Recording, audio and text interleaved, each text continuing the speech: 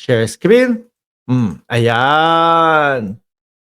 May hamon na naman ang Vice Presidente kasi, di ba? Oh. Nakakahiya, Vice Presidente. Mag-neuro test na din, no? Neuropsychiatric exam. Oh.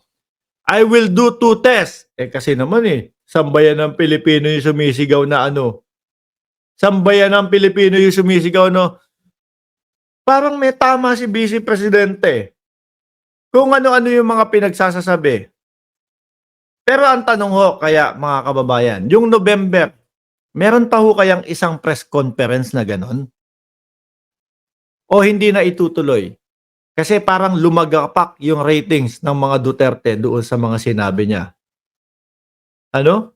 Oh, I will do 2 tests. Neuropsychiatric exam and drug test. Ano? Pero dapat daw po, mga kababayan, lahat ng mga young guns na kandidato, ayan, lahat ng mga congressional candidates ay magpa-drug test daw po, mga bossing. And alam nyo naman po, no, na yung baby ko, ayan, si Rep. Migs Nograles, ayan, si Congressman Migs Nograles, kakasapu yan. Sabi, sure, no problem with me. Alam, kung titignan nyo naman po, yung kongresista, no, mga kababayan, fresh na fresh, hindi mo maiisipan na nagdudurog po. Meron yan lumabas na picture Si Baste Duterte, kala mo, sabog sa ipinagbabawal na gamot. Mukha lang ho, ano, para sa atin. Hindi naman natin sinasabi na mukhang na sabog talaga sa pinagbabawal na gamot. Mukhang sabog si Baste do sa picture na yun, ha. Yung mga young guns po, o yan, kasama dyan si Rog Gutierrez, mga bossing. Madami nagkaka-crush nga doon. Malayo pong isipin na mga nagdudurog itong mga ito, mga kababayan. Malayo pong isipin na mga gumagamit o bumabatak itong mga ito. The way na mag-explain at magsalita po sila sa Kongreso, mga kababayan, napakalayo, sa usap-usapan nga lang po sa mga pagsagot nga lang po, mga kababayan ipagkumpara ninyo si Migs Nograles po, mga bossing, doon kung paano niya irepresenta kung paano siya sumagot sa Congress versus doon sa sa press conference ng ating Vice Presidente, mga kababayan. Pag kinumpara nyo po, sino ang iisipin yung mas mukhang sabog? Ano? Pag pinagkumpara nyo po, mga kababayan. Pero, yung hamon po ng ating Vice Presidente, syempre, tinanggap po ng young guns. Sure, no problem with me. I will schedule test within the next few days. Yan ang sinasabi ko sa inyo Di ho ba? Yan ang sinasabi ko sa inyo, mga kababayan. Mas lalo ho yatang nagmumuka na mga mukhang sabog. Yung mga nandoon. Di ba? Yung mga nandoon sa mga DDS. Si Roque, tingnan mo, ano inaitsura ngayon. Sabog na sa panagbabawal na utot si Roque. Hanggang ngayon po, nagtatago pa din. Doon na lang sa munisipyo ni Baste. Ilan ang nahuling positibo? 37. Di ba, mga kababayan? Itong dalawa na ito. Si Sara, walang retoke. Yun na lang pag-usapan natin. No? Wag na yung pag-iisip nilang dalawa. Wag na yung kung paano sila humarap sa taong bayan. Retoke na lang. Vicky Bello. Alam niyo po, sa Vicky Bello, meron pong sale ngayon. Kung gusto niyo pong magparetoke, yun na lang.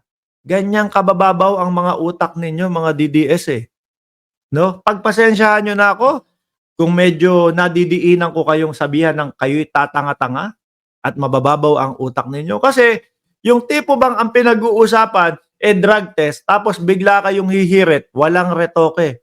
Anak ng tinapa. Napakahihina ng uutak ninyo. No? Ganyan po sila argumento, mga kababayan. Kapag hindi ubra o hindi kami ubra dito sa tinatalakay ni Mark na drug test nung dalawa, lilipat, retoke na. Mahina eh. Oh, uulitin ko ha.